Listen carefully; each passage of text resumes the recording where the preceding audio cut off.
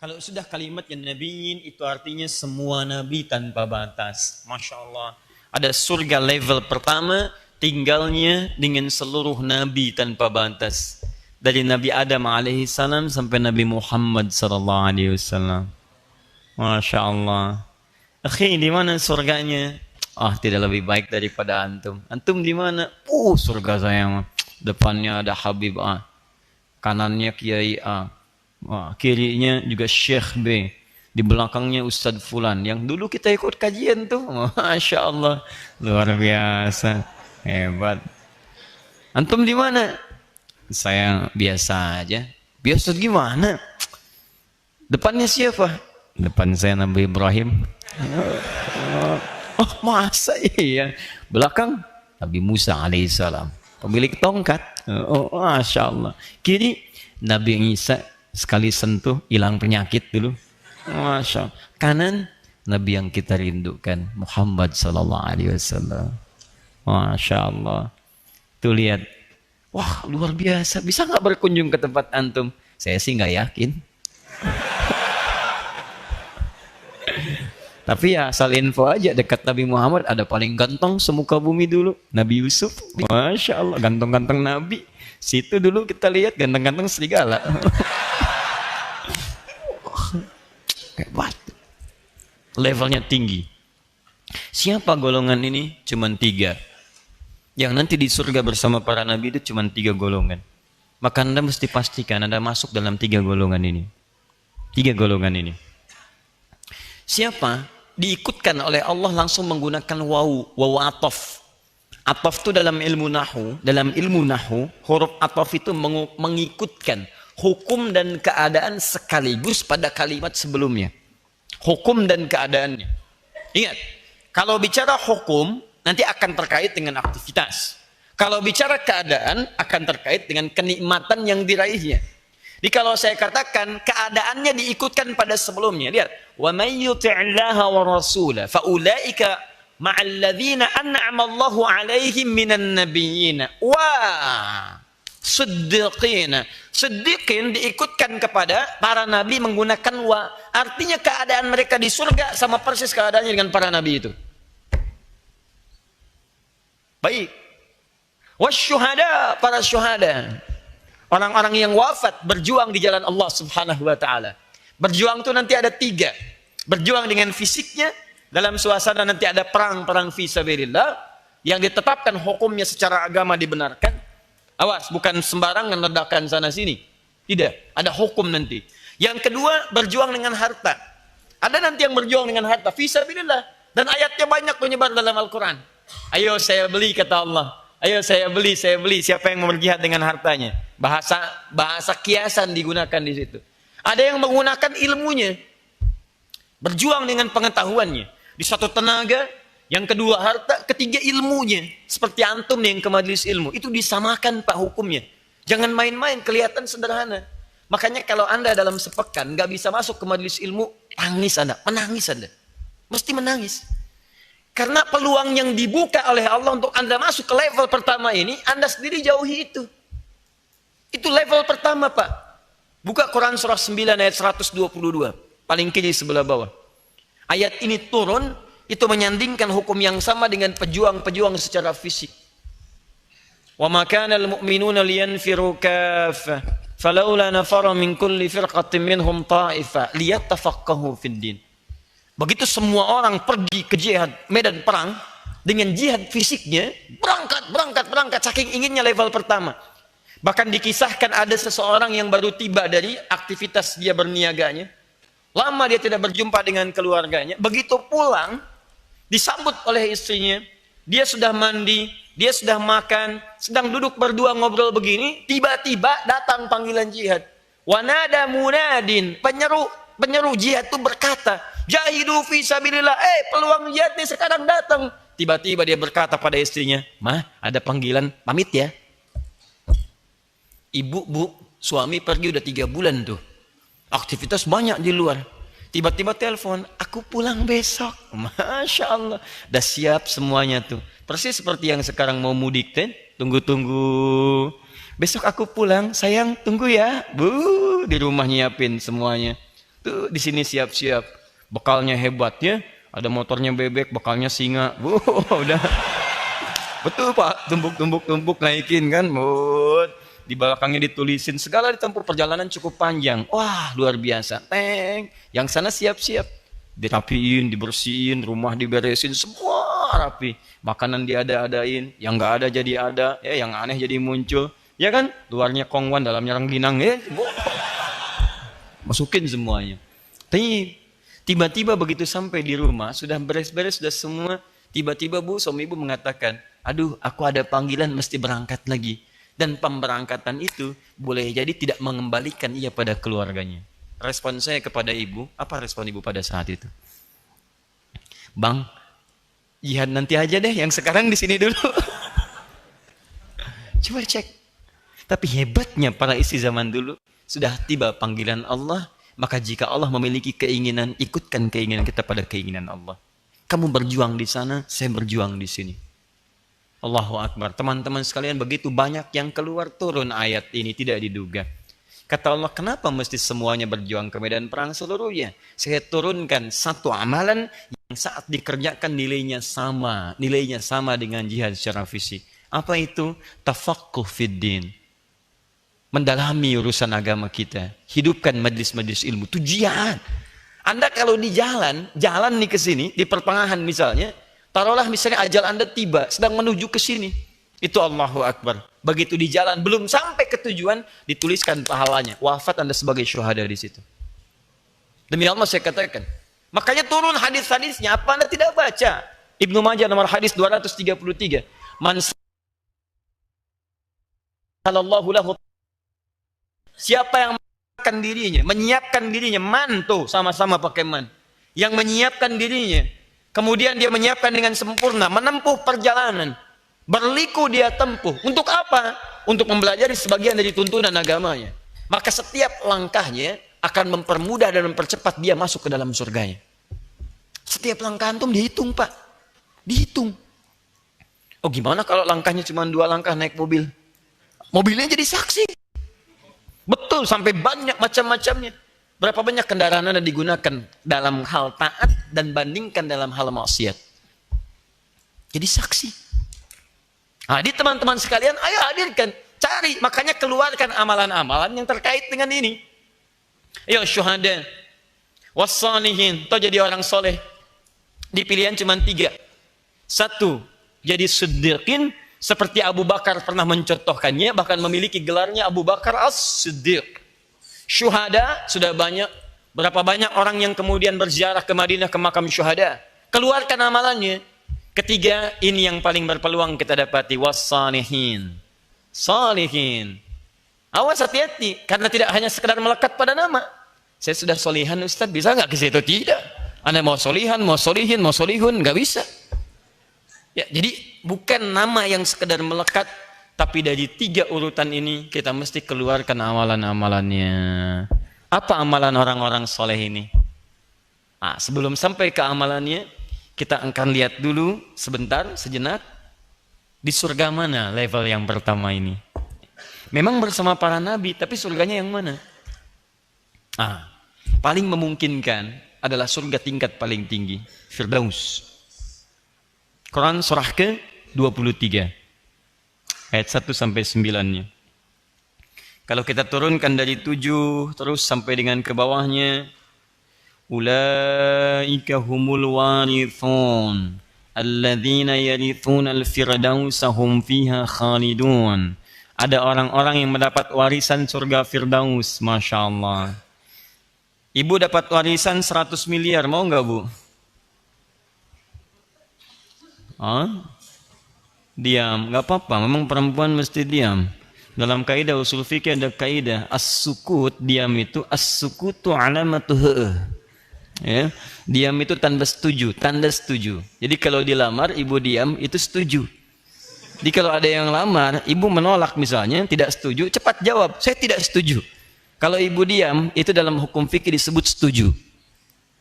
Apakah kamu setuju dilamar oleh dia? Itu setuju. Saya tanya pada ibu dapat warisan 100 miliar, mau tidak? Kalau ibu jawab setuju banget namanya. Mau tuh. Baik. Sekarang pilihan kedua. Ibu pilih mana? Dapat 100 miliar warisan atau mendapatkan warisan surga Firdaus? Makin banyak yang jawab. Walaupun pada hakikatnya nanti uniknya aktivitas untuk mewujudkannya tidak seperti manis dan kerasnya apa yang diucapkannya. Saya katakan pada ibu pilih sholat subuh di masjid ini atau pilih mendapatkan 100 miliar di lapangan sana. Dalam waktu yang bersamaan, waktu subuh, ada panggilan sholat subuh, dengan yang kedua, ada peluang mendapatkan 100 miliar. Ditaruh di depan gerbang sana. Pilihan ibu cuma dua, pilih sholat subuh di masjid ini atau mendapatkan 100 miliar di gerbang sana. Ayo, pilih mana? Kanan atau kiri? Ibu di tengah-tengah nih. Ada dua pilihan, nggak bisa bu, dua-duanya nggak bisa, telat. Sudah, imma ke kanan atau ke kiri. Ibu di sini kanan masjid, kiri ke gerbang. Kalau anda ke kanan ke masjid sholat subuh, anda ke kiri dapat 100 miliar. Pertanyaan saya, pilih 100 miliar, pilih sholat subuh 2 rakaat. Masa? Kan sholat subuh di mall aja kemudian ada pengumuman dikejar. Baik, kok buru-buru jeng itikaf diskon? Masya Allah. Coba ibu sedang belanja di mall, ya tiba-tiba barang sedang dicari. Begitu sedang melihat-lihat, masya Allah, mau nawar, azan berkumandang, Allahu Akbar, Allahu Akbar. Di bawah ada masjid. Ibu sholat dulu atau teruskan nawar? Sholat, masya Allah, luar biasa. Begitu ibu mau sholat, tiba-tiba orang itu mengatakan diskon 95%. Ayo, ibu balik nawar atau nggak jadi sholat? Mudah. Maka sekarang lihat baik-baik ya, baik-baik perhatikan. Nah, banyak orang punya keinginan kuat untuk masuk surga Firdaus, tapi ketika doa dia dijawab, dia tidak menerjemahkan keinginan itu dalam bentuk aktivitasnya. Ini masalahnya. Ini poin utamanya. Ada orang diberikan pilihan oleh Allah. Anda mau dapat warisan 100 miliar yang dikejar-kejar, ya apalagi surga Firdaus, masya Allah, itu nggak ada bandingannya. 100 miliar meninggal nggak dibawa ke alam kubur. Surga Firdaus apa yang nggak ada? Anda kepikiran langsung ada. Baru kepikiran ada pak, dekat lagi, dekat langsung ambil, masya Allah, sudah nggak ada batas. Jadi menurut saya tidak cerdas, sangat tidak cerdas. Orang-orang yang diberikan satu anugerah melimpah, tapi dia memilih yang sedikit, sangat tidak cerdas. Dan yang sedikit itu bahkan tidak dia gunakan dalam kehidupannya, hanya sekedar dipegang aja. Pegang, bikin status, 100 miliar, cek klik, dipakai enggak? Silahkan cek. Nah, jadi kita mesti berpikir dengan cerdas, dan kecerdasan ini harus ditanamkan spirit di dalamnya. Sebab kalau nggak diisi dengan roh, percuma kecerdasan itu. Akan dipakai pada sisi yang lain lagi. Karena itu ketika Anda mengharapkan saya pengen mendapatkan warisan surga Firdaus, diburu, dikejar segalanya, apa aktivitas yang bisa mengantarkan pada raihan itu? Maka turunkan, naikkan ke atas. 9, 8, 7, 6, 5, 4, 3, 2, 1, peng. Qad aflahal mu'minun. Qad aflahal mu'minun. Dibuka dengan kalimat iman. Orang beriman pasti bahagia. Apa yang menjadikan dia bahagia?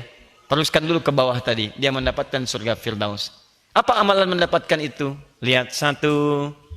Alladzina hum fi salatihim khashi'un. Dia salat dan salatnya dia berusaha untuk khusyuk. Lihat. Jangan kira Anda yang semua salat bisa masuk surga Firdaus. Karena kalau Anda ingin masuk surga Firdaus, syarat pertama dalam salatnya khusyuk. Salat nih khusyuk. Masya Allah. Nih, awas, hati-hati, hati-hati. Salat, insya Allah semua orang Islam wajib salat. Tapi apakah setiap yang salat itu khusyuk? Awas. Ada orang yang khusyuk, ada orang yang tidak khusyuk.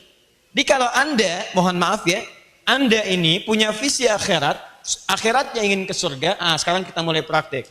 Saya ingin ke akhirat nanti masuk surga. Surganya surga Firdaus. Saking inginnya saya ke surga Firdaus, bapak saya menamai saya dengan Firdaus. Bagaimana cara mewujudkannya? Saya mesti bersiap dengan maksimal, mesti hati-hati, mesti semangat. Karena waktunya telah dimulai, bunyinya telah muncul, dan disitulah kemudian saya mesti hadirkan rencana-rencana saya. Satu, apa amalannya? Salat. Lihat sini, berarti dalam 24 jam sehari Allah berikan saya kesempatan hidup, saya mesti tunaikan salat ini. Bagaimana cara salatnya? Ternyata tidak semua orang salat bisa masuk ke surga Firdaus. Alladzina hum fi salatihim khashi'un, yang khusyuk dalam salatnya. Maka perhatikan baik-baik ya. Orang yang benar-benar punya visi, target dia masuk surga Firdaus, dia tidak akan sekedar salat. Dia akan mencari bagaimana caranya supaya saya bisa khusyuk dalam salat saya. Dia akan pelajari apa itu salat khusyuk. Bagaimana mendapatkan kehusyuan. Semua perangkat kehusyuan dia akan hadirkan dalam diri dia. Apa capaian utamanya? Ini. Di poin ini.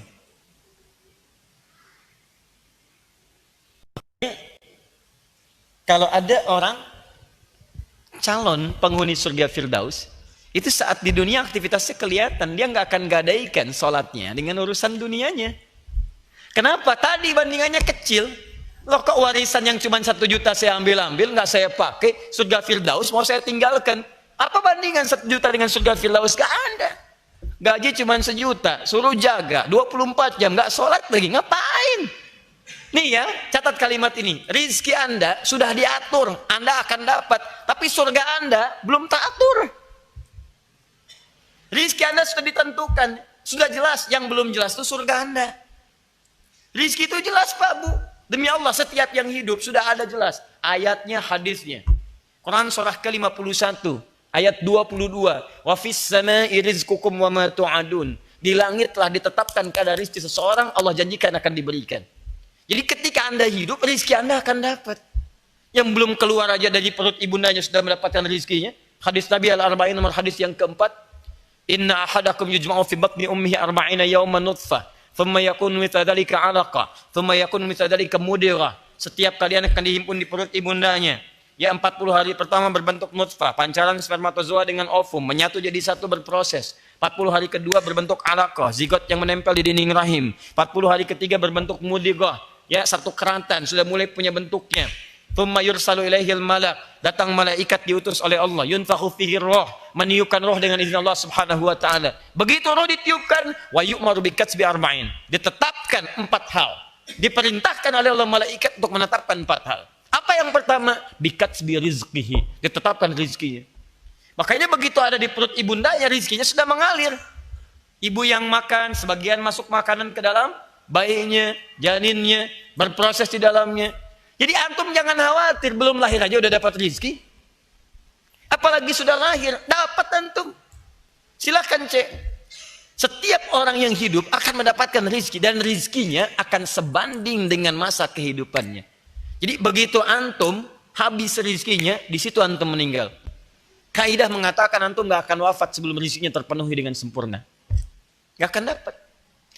Makanya kematian itu gaib, tidak diberitahu. Rizki pun sifatnya gaib. Karena bersanding dua-duanya. Sebab kalau diberitahu antum gak akan semangat hidup. Ini antum nih. Siapa namanya? Iman. Tuh, udah beriman lagi. Rizki antum 100 miliar. Misal. Sampai malam ini sudah diambil 999 miliar 999 juta ya 999 ribu rupiah. Tinggal 1000. Tinggal 1000. Dia begitu 1000 meninggal. Pertanyaan saya, Mas Iman, masih berani nggak nyentuh pop mie di situ tuh? Itu 3000 tuh pop mie tuh. Begitu disedut baru begini, lek meninggal. Saya yakin ya cuma memilih dia dalam aja zikir, astagfirullah, astagfirullah. Mas sahur nanti aja. Kenapa? Tinggal 1000. Enak banget. Dulu ada film yang nyawanya tertulis tuh di sini tuh di tangannya itu. Sekian-sekian bisa ditransfer lagi. Enggak bisa, cuma Cuman gambaran dunia aja. Ya, saya nggak pernah nonton begitu, cuman pernah lihat di sekilas. Tapi nggak bisa begitu, Mas. Makanya dirahasiakan. Di rezeki kita itu udah jelas. Oh, cuman di pinggiran pengkolan jalan, peluit nggak ada. Cepat tahan. Begitu belok, 2.000. Masya Allah. Makasih Pak. 5.000, bos. 10.000, oke Pak. Masya Allah. Cek tuh. Satu mobil Pak. Cuman diem aja. Ya antum pilih di sini aja, sampai sakit dibawa ke rumah sakit, rezeki datang di rumah sakit.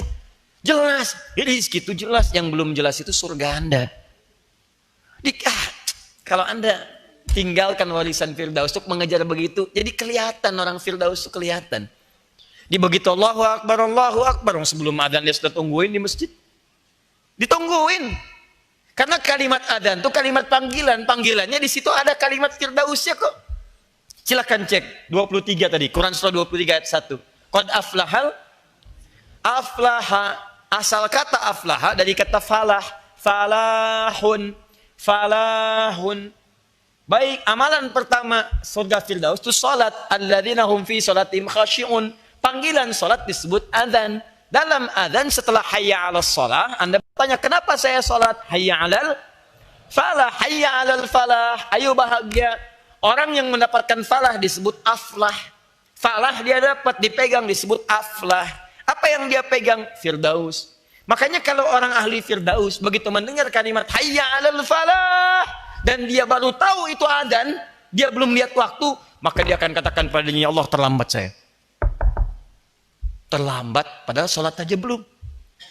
Tapi kalau nggak punya visi yang ini susah. Hayya 'alal falah. Oh, belum la ilaha illallah. Masih parah. Jauh. Tuh. Sudah. Susah. Takut meninggal aja.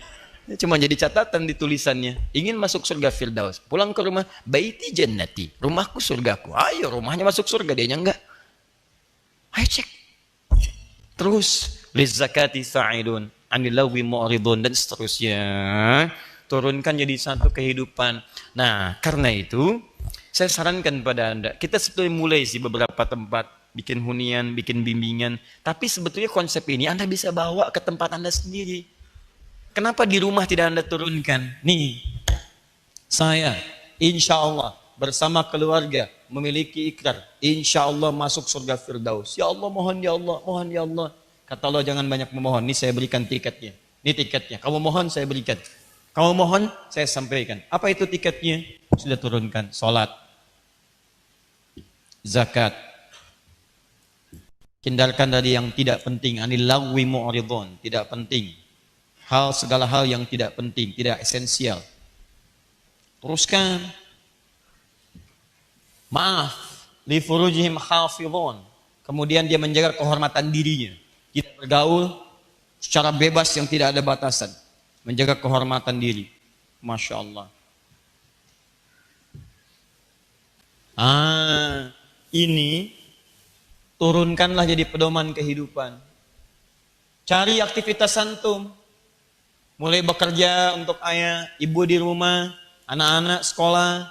Jadi kalau ahli Firdaus itu mustahil orang tuanya mengirim anaknya ke tempat yang nggak ada pelajaran sholat di dalamnya.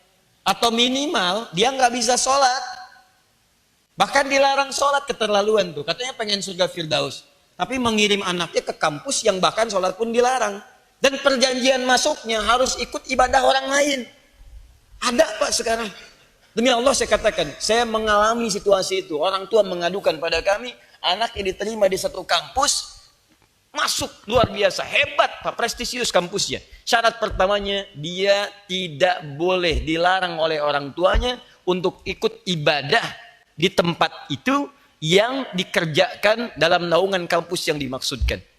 Jadi kampus itu kampus agama lain. Di situ ada kewajiban mesti ibadah, mesti ikut kebaktian. Orang tua nggak boleh larang. Kalau dilarang dikeluarkan dari kampus itu. Pertanyaan saya, kok bisa gitu orang tua mengirimkan anaknya ke situ? Ini kan perkara iman ya. Kalau perkara iman gambarannya yang lain. Kalau bicara sekedar nuansa dunia, mau di mana aja silahkan. Tapi kalau kita bicara iman, visi kita berbeda. Iman itu keyakinan. Keyakinan orang Islam beda dengan non-Muslim. Kita nggak boleh menyoal yang non-Muslim. Tugas kita hanya menerangkan, mau ikut silahkan, mau tidak terserah Anda. Lakum dinukum waliyadin. Dan pembahasan kita saat ini itu pembahasan yang dilindungi oleh undang-undang kita. Pasal 29 ayat 2. Negara menjamin kemerdekaan tiap-tiap penduduk untuk memeluk agamanya masing-masing dan beribadah menurut agama dan kepercayaannya itu. Kita percaya dengan konsep keislaman, kita percaya dengan Quran, maka kita terjemahkan kepercayaan kita dalam bentuk aktivitas yang disebut dengan ibadah. Tapi kita pun tidak boleh kita usil kemudian mengganggu orang lain. Yang di luar kepercayaan kita silahkan. Tugas kita berdakwah, sampaikan. Ini begini, mau ikut silahkan, tidak silahkan. Tapi menyoal, tinggalkan. Apalagi berbuat anarkis, itu nggak boleh. Bom sana, bom sini, ya tidak dibenarkan dalam tuntunan. Saya kembalikan ke sini. Ini baru sholat, Pak. Antum nih yang itikaf di sini, coba cek pekerjaan Anda selama ini. Duhai Anda yang katanya pengen surga Firdaus, bersama Nabi lagi, Masya Allah. Surga Firdaus bersama Nabi, kumpul dengan para syuhada. Allahu Akbar, Allahu Akbar. Ntar deh. Anda siapa? Duhai Anda yang anak kampus, cek. Kerjakan lagi. Sholat ditunda dan sebagainya. Katanya surga Firdaus. Kenapa Anda tidak mencari kampus yang menjamin surga Anda? Dan Anda tidak akan ketinggalan kok urusan akhirat, urusan dunia Anda. Dapat juga. Silahkan cek. Ya, apa tidak bisa Anda ke ITB sambil jadi penghafal Quran? Masjidnya terbuka. Apa nggak bisa ke Unpad sebagai penghafal hadis? Bisa. Ambil fakultas kedokteran, sela-sela belajar hadis itu tentang kedokteran, baca ayatnya, hafalkan, lulus dari Unpad, Masya Allah kedokteran. 5-6 tahun, begitu keluar, hafal termasuk ayat-ayat kedokterannya, kan bisa. Keluar dari ITB, jadi insinyur yang hafal ayat-ayat Quran terkait dengan aktivitasnya, bisa. Kenapa nggak punya visi seperti itu? Masjid di kampusnya ada, manhajnya ada, tinggal kita terapkan dalam kehidupan. Jadi ada beda. Antum yang di kantor, ibu yang di rumah dan sebagainya. Tuh, anilogi mu'ridun. Berapa kali ibu nonton sinetron yang gak ada kaitan dengan surga? Cek. Katanya pengen ke surga. Yang dilihat sinetron gak karuan. Masya Allah. Sebentar Pak. Tinggal 5 menit lagi. Ayo. Nah, ini baru satu tuh. Ayo, yang tidak penting tinggalkan. Kalau sudah ada zakat jangan ditunda. Bahkan penghuni surga Firdaus itu berusaha, karena di sini ada kalimat zakat, maka dia berusaha untuk berzakat. Bukan nunggu kalau ada zakat baru zakat, bukan. Dia berusaha bekerja supaya bisa zakat. Saya pengen ke surga Firdaus, kata Allah tiketnya zakat, maka saya harus tingkatkan kualitas hidup saya supaya saya bisa berzakat. Dia berdoa, ya Allah, saya ingin berikhtiar, ya Allah, bisa berzakat, ya Allah, beri kesempatan, ya Allah, mohon ya Arab. Gak apa-apa ya Allah, zakat 1000 juga gak ada masalah. Yang penting saya bisa berzakat. Begitu sudah 1000 ya Allah, saya malu ya Allah. Penghuni surga Firdaus kalau dikumpulkan ditanya teman, dulu zakatnya, iya berapa? 1000. Beri kesempatan ya Arab, saya pengen 25 juta aja zakatnya. Masya Allah, kasih 1 miliar. Betul kan 2,5%? Oh habiskan. Itu kepentingan yang sangat indah. Makanya dulu ada, Masya Allah, calon penghuni surga Firdaus, dia senangnya sedekah. Ya, sedekah. Dan sedekahnya pun gak ada yang tahu, Bu, Pak. Jadi, satu komplek nih, kalau ada begitu, indahlah kehidupan sekomplek itu. Jadi orang ini, kalau Anda buka pintu rumah di rumah itu, menjelang subuh, depan rumah Anda sudah ada makanan. Untuk porsi hari itu. Semua warga komplek dapat. Dan bukan sehari 2 hari, tiap hari. Sampai satu ketika nggak ada yang tahu siapa yang kasih di situ. Sepakat dibuat tim untuk begadang, melihat dan mengintai siapa yang nyimpan makanan itu. Tungguin jam 2, jam 3, jam 3. Udah nggak kelihatan tanda-tanda, nggak ada nih kayaknya malam ini. Balik semua yang begadang. Begitu kembali mau menjelang subuh dibuka ada lagi. Satu kali wafatlah seorang yang dikenal baik di lingkungannya, tampilannya sederhana. Begitu dia wafat, sehari nggak ada yang nyimpan makanan, 2 hari nggak ditemukan makanan, setelah sebulan nggak kelihatan makanan, baru warga sekomplek menyadari bahwa itulah yang meninggal yang biasa sedekah dalam kehidupannya. Masya Allah, kemuliaannya teringat, dibicarakan, dibincangkan, dan jadi, nah ini yang paling indah, jadi kisah yang inspiratif bagi generasi setelahnya. Kenapa Anda tidak coba nih lingkungan-lingkungan seperti ini? Anda yang berangkat tuh, ya, maaf berangkat gelap, pulang gelap. Kenapa tidak menyiapkan visi Firdaus? Anda yang tugasnya misalnya di Jakarta, dari Bekasi berangkat bahkan sebelum subuh. Kenapa dari sekian uang yang dibawa bukan hanya untuk bensinnya urusan dunia Anda, bensin akhiratnya keluarkan. Walaupun cuma 5.000 jalan, lihat tuh tukang mie tek-tek tuh, tek, hanya untuk mendapatkan yang halal dia dorong. Pernah nggak Anda melihat tukang mie malam-malam jam 3, setengah 4 baca Quran? Pernah nggak melihat tukang sapu di jalan yang Anda tinggal jalan lulus saja mereka sholat di pinggir jalan? Anda mungkin belum pernah lihat bagaimana mereka berseragam sebelum terjun itu dia sholat dulu. Terus dia baca Quran. Terus dia nyapu. Masya Allah. Indah teman-teman. Begitu Anda samperi dia, Anda lihat dia, Anda sapa dia, Anda berikan sesuatu. Maka dia berkata dengan seluruh keikhlasan pada dirinya. Ya Allah, terima kasih Mas. Ya mudah-mudahan sehat. Allah berkahi ya. Lancar di jalan. Dan Anda tentramnya luar biasa. 5.000 aja sudah membuat hati Anda damai seharian itu. Masya Allah. Apalagi kalau banyak orang yang Anda kunjungi. Keluar, berikan. Wah itu enak Pak. Hati kita tuh tentram. Dengan harta kayak nggak ada nilai. Digenggam tuh. Dan hebatnya ketika Anda bisa begitu. Allah akan kasih lagi. Sampai dengan begitu dikasih terus-menerus. Anda jadi terbiasa dengan itu. Kayaknya kalau nggak ngasih dalam sehari itu nggak enak perasaan Anda. Nggak enak. Duhai Anda yang mengatakan pengen surga Firdaus. Ya baru gitu aja perhitungan.